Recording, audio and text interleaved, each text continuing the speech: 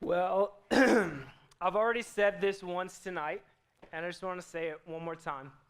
This is our last Oasis of 2016, and this is the last message in the series that we've been going through called Circles. But I think that God has something really powerful that he wants to say to you tonight. And so again, I just invite you to open yourself up to that, because we're going to talk about something tonight that's a little difficult. And I'm going to speak really honest and kind of blunt tonight. But again, that's because we're talking about something that's kind of hard for us to do. And that is that following Jesus takes us outside of our circles. Following Jesus takes us outside of our circles. And if you're new tonight, we've been going through this series called Circles. We've been talking about the different groups of people that we surround ourselves with, the different types of relationships that we have in our life. So the first week we talked about friends. Last week we talked about our parents. And when I was growing up, circles were a really obvious part of my teenage experience. And so I had kind of this smaller group of friends, and every day when I went to school, we had our spot that we met up in, and we hung out before school started, and everyone just kind of knew, like, oh, this is the spot that circle hangs out in before school. And then at lunch, we would eat together, and we had our same spot at our same table that we sat at every day. And then after school was over, a lot of times, if we didn't have other things going on, we'd go to each other's houses. And that's just kind of what we did. And we weren't the only circle in our school. If you looked around, there were several other groups, and they did the same thing. They had their spot they hung out at before school. They ate lunch together. They went to each other's homes. And there were even times where our different circles interacted with each other. So maybe my group would get together with a couple other groups, and we would do something together. But I also remember very clearly that there were a group of people who didn't belong to any circle. Or if they did belong to a circle, none of the other groups ever wanted to interact or associate with them. These are the outsiders. And maybe as I say that, there's immediately a person or a group of people that pops into your head at your school or somewhere that you interact with others. And I remember when I was in junior high, there was this kid I went to school with named Joey. And I grew up in an area that was pretty well off, like as far as money goes, but he clearly did not fit into that mold.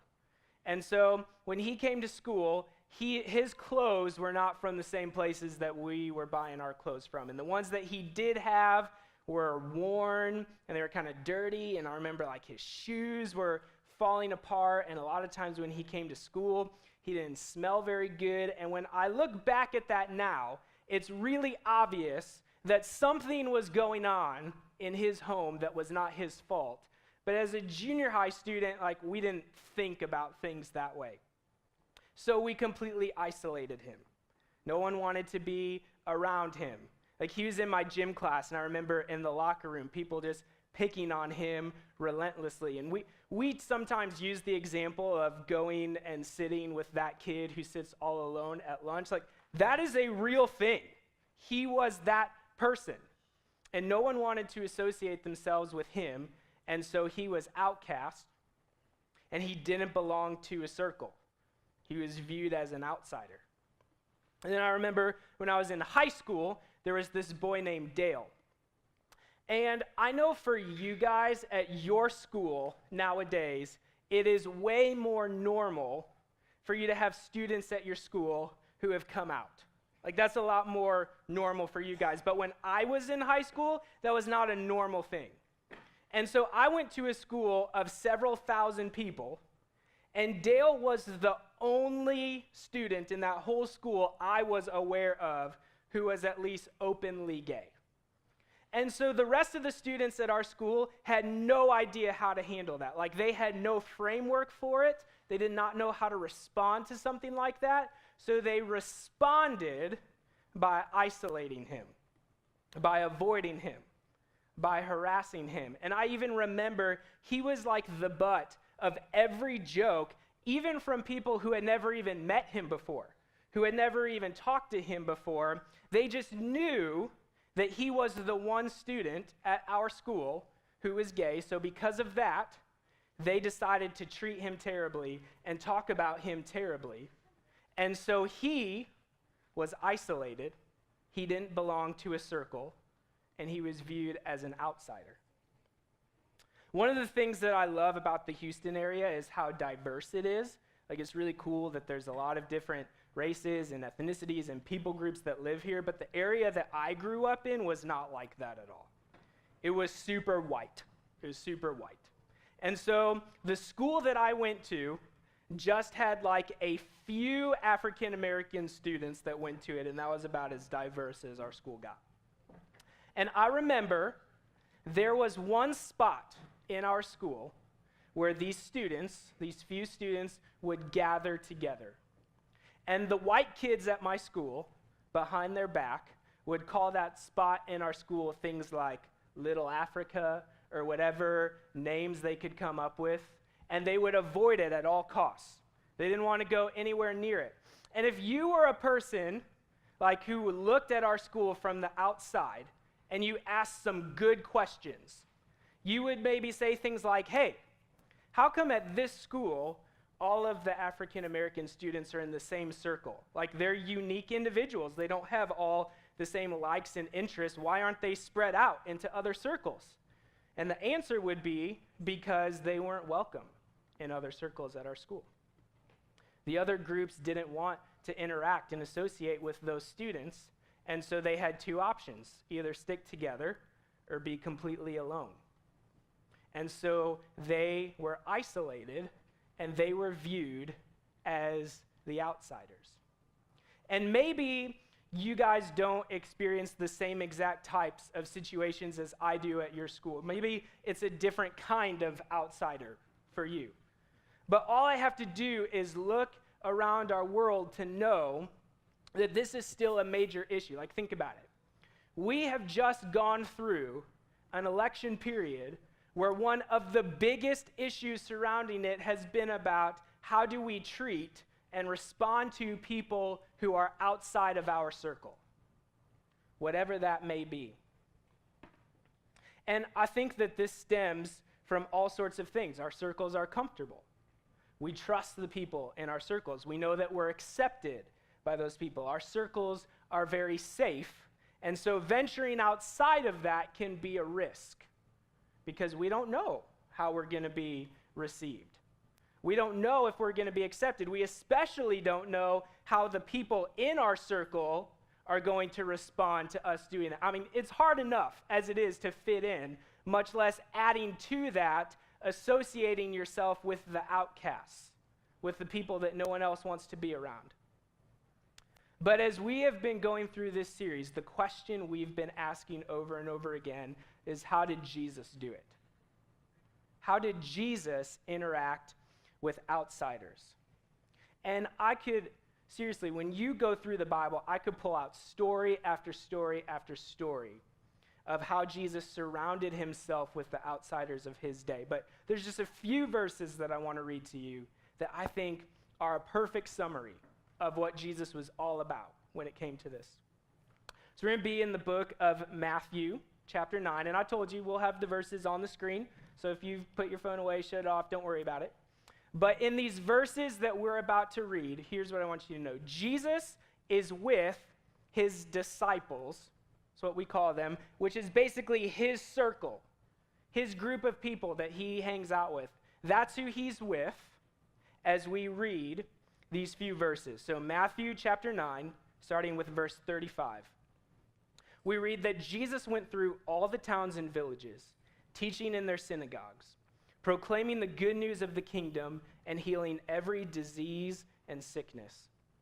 When he saw the crowds, he had compassion on them because they were harassed and helpless, like sheep without a shepherd. Then he said to his disciples, "The harvest is plentiful, but the workers are few. Ask the Lord of the harvest, therefore, to send out workers into his harvest field." So when we read this, I ask the question, how did Jesus respond to outsiders? And there's a few things that really stick out to me. The first thing is that he saw them. He saw them. Let me read you these couple verses again. Jesus went through all the towns and villages, teaching in their synagogues, proclaiming the good news of the kingdom, healing every disease and sickness. And when he saw the crowds,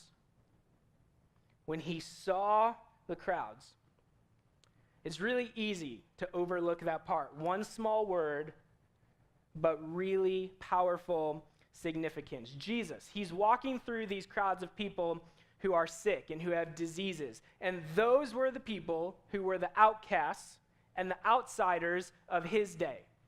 So he's walking through these crowds of people, and it says he sees them. And that is so powerful, because when you see someone, like even just something as simple as making eye contact with them, you acknowledge them. It communicates, hey, you are real. I'm noticing you. I pay attention to you. Like, you are a fellow human. But a lot of times we do the opposite, particularly with the kinds of people we're talking about tonight. Like, maybe you've done this before. I'll be the first to admit I'm guilty of it as well. But like, you're walking downtown Houston, or maybe you pull up to a red light at a particular street corner, and there's a homeless person there, and you're saying like, okay, just look forward, look up. Like, if I don't make eye contact, then maybe they'll leave me alone. If I do make eye contact, they're going to come over to me. They're going to ask me for something. They're going to try to talk to me. And we don't want to look at them. We don't want to acknowledge them. We don't want to see them. But Jesus is walking through this crowd of outsiders, and it says he sees them. He notices them. He doesn't ignore them. And so because he sees them, then next we read that he has compassion for them. He has compassion for them. Listen to this again. When he saw the crowds, he had compassion on them because they were harassed and helpless, like sheep without a shepherd. Jesus didn't just see people. He had compassion on them. And here's the thing you guys need to know. Maybe you knew this, maybe you didn't. The Bible wasn't written in English. It was written in a different language than that. So like, there's a few different languages, but the majority of the Old Testament is Hebrew, and the New Testament is in Greek. And for those of you who either speak more than one language, or you're at least learning another language, you know that sometimes there are words in that language that there's not just like one English word that is a perfect one-to-one translation. Sometimes it takes a few words or a whole sentence to explain in English what this one word communicates in a different language. And a lot of times that's the case with these words that we read in Greek, and that is the case here in this word that we translate as compassion. And I'm curious, like, if I were to ask you, hey, when someone says compassion, what does that mean? Like, how you would respond to that. And a lot of people would say, oh, that means you feel bad for someone. Like, you feel sorry for them. You have pity on them. But the thing with that is it's really easy to say, oh, I feel really bad for that person. Man, that's really terrible. And then just continue on with our day and not think about it again. But that's not what this word communicates. This word, it's a fun word, and it's kind of hard to say. Splanchnizomai. Splanchnizomai. Yeah. Good luck trying to say that. Splanchnizomai. And let me tell you what that word means, okay? That word, translated as compassion, literally means to feel something like in your inward parts. Like, have you ever like experienced something and you felt so deeply about it that maybe you said like, man, that's tearing me up inside? Like something affected you so much that like your stomach was in knots. You could literally feel it physically. That's the first thing that this word communicates. And the second thing that this word communicates is a requirement of action. And so what this word literally means is that you feel something so deeply that it's literally physically, you can feel it tearing you up inside, and it forces you to act. And all of that is wrapped up into this one word that describes how Jesus felt when he saw those who were outsiders, those who were outcasts. So Jesus, he sees them, he has compassion on them, and then he launches a mission. He launches a mission. Here's what we read in verse 37. Then he said to his disciples, "The harvest is plentiful, but the workers are few. So ask the Lord of the harvest to send out workers into his harvest field." Jesus sees these outsiders, and first he compares them to sheep without a shepherd, and then he compares them to a harvest. You go out, you plant the crops, they grow, and then the workers go out and they gather, pick up all the crops. And Jesus says, the harvest is huge. There are all these people who need to be connected. There are all these people who are hurting. There are all these people who need to experience Jesus, but he says that the workers are few. There's not very many people to go out and connect them. So Jesus tells his circle, pray for more workers.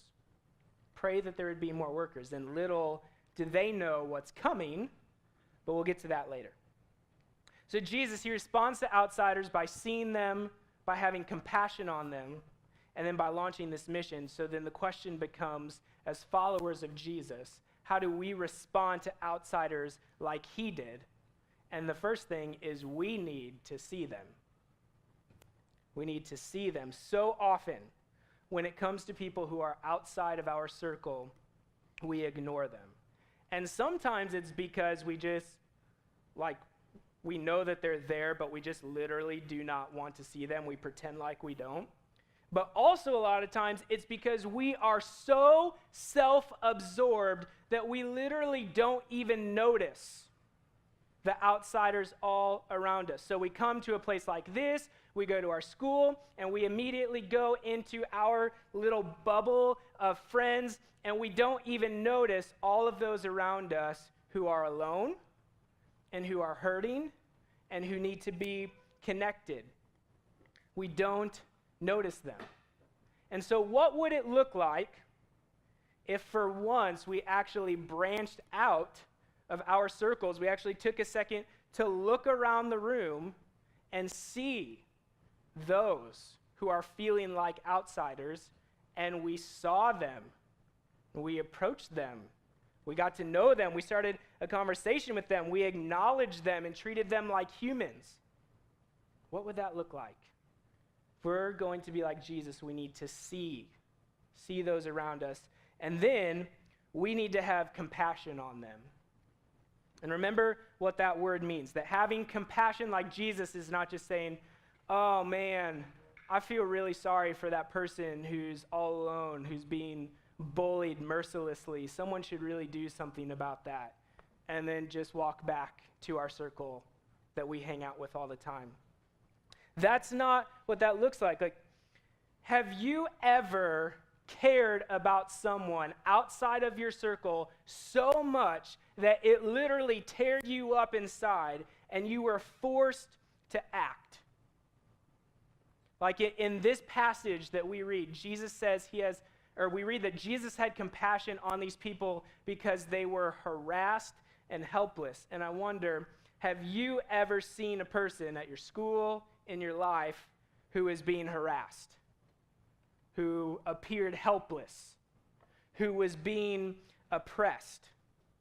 And have you ever been moved to action? Like, that's what this word means. It requires action.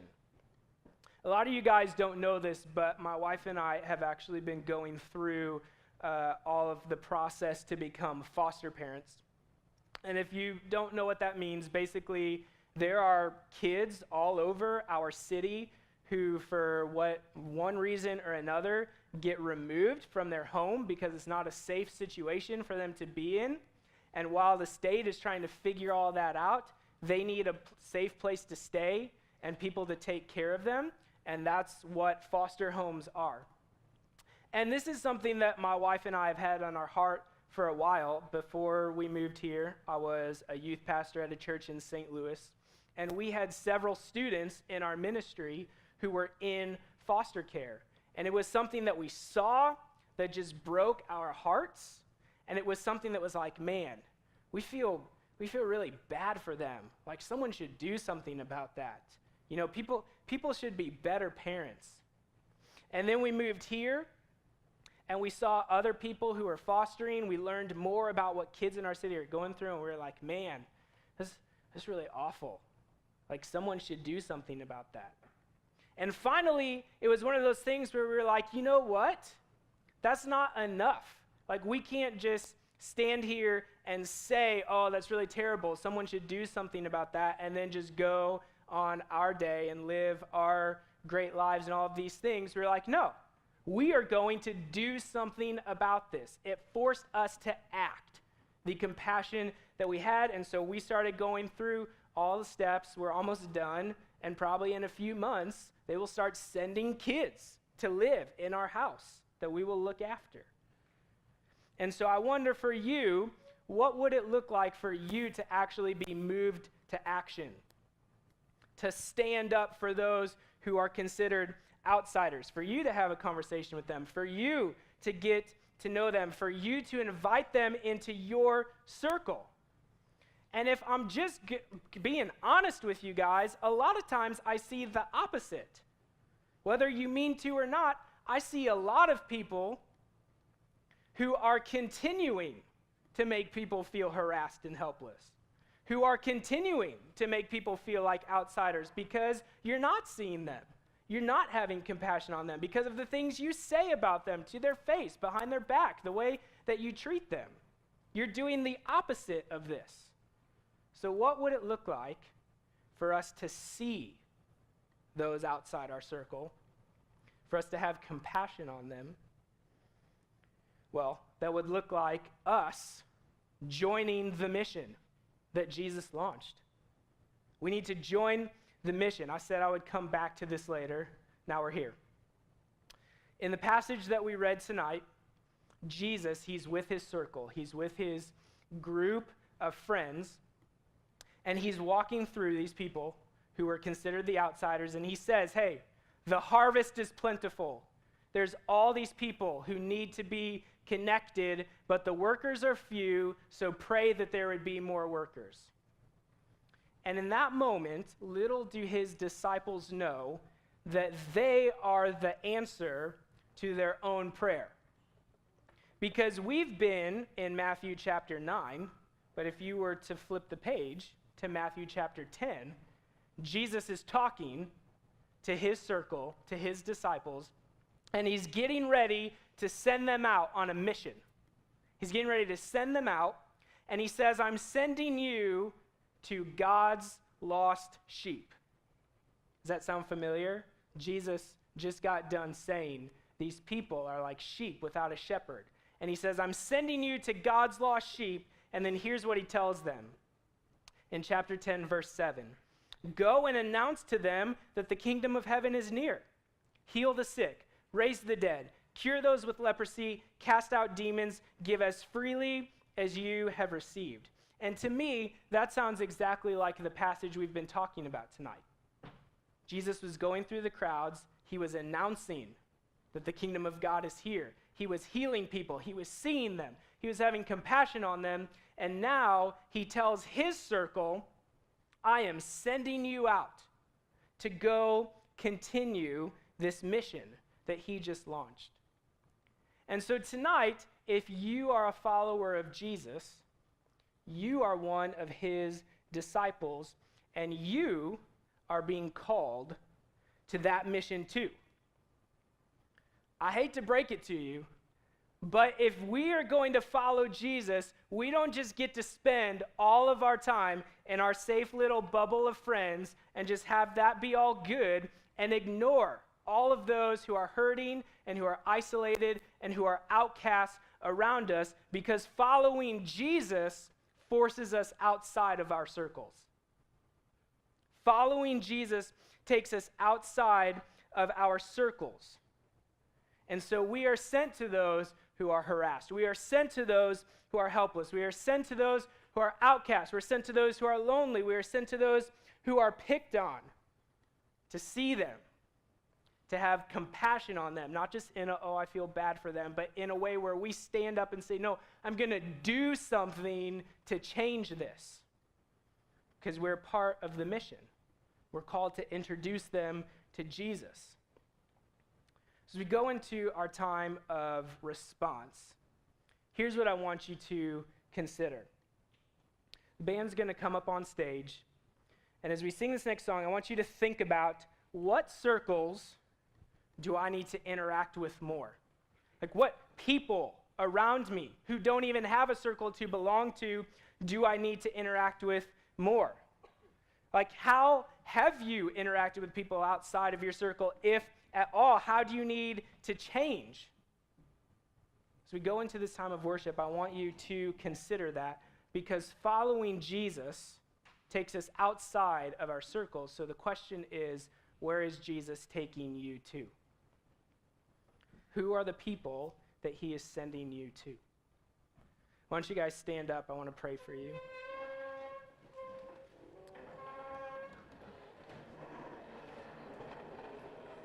Jesus, we thank you for who you are. We thank you for what you've done in our lives. And Jesus, all of us, whether we realize it or not, at one time have been the outsider. Maybe we've never been the person who's experienced being isolated at school, but all of us at one time were isolated from God. And Jesus, you have come and you have changed that. You have been the perfect example of what it looks like to show love and compassion to those who are hurting, to those who are lonely, to those who need it most. So I pray that you would challenge us to follow your example, that you would show us ways that we can do that we would leave here with compassion in a way that moves us to act, moves us to do something different about it. There are those all around us who feel oppressed, who feel like outsiders, who need someone to reach out to them. And I pray that we as your church would be those people who would make the change. It's in Jesus' name we pray. Amen.